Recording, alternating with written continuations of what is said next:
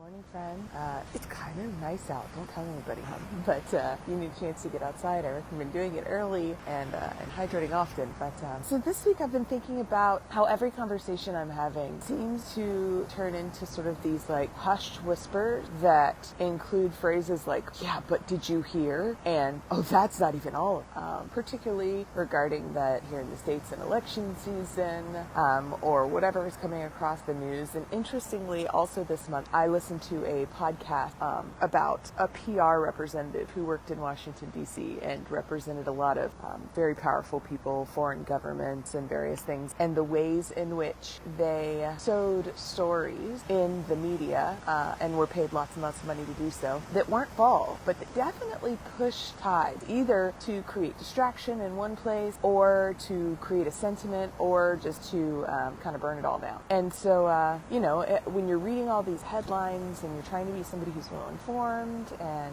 trying to be somebody who, is politically wise and these kinds of things, it can lead to kind of a lot of freaking out, There's so many different news sources and so many different articles and so many different bits and pieces of information out there, and it can all just be really overwhelming. Suffice to say that most of it's not going to change your opinion. It's just not. Most of what you read, most of what each one of us read is going to further our own opinion, perhaps even increasing our anxiety. And I've heard it said, and I believe this, that at some point you kind of have to make a decision about being well plugged into the latest chatter and maintaining your own sanity. So part of how to not freak out is to not expose yourself to all of it. You gotta take a break. Shut it off. If something major happens, you're gonna hear about it. And meanwhile, all the other little bits of chatter and the, oh, that's not the worst of it, and here's the detail behind the detail, and here's what somebody else said, is just furthering your own stress and anxiety. It's all it's gonna do. And make you wanna know the next thing, which is how they make their money, So how to not freak out is really just take a break, take a breather, and have some faith and some trust that it's gonna be okay, some way or another. That doesn't mean don't vote, doesn't mean go all the way into some hermitage passivity, unless that's your deal, baby, do that. But we can't all do that, so you'll know what's yours to do. But in the meantime, exposing yourself to the fire hose of information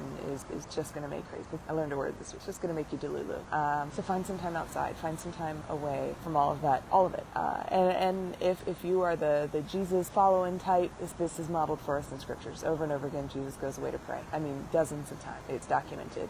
Or takes a nap, or sits down to eat, or, refocuses on something else. And you have to.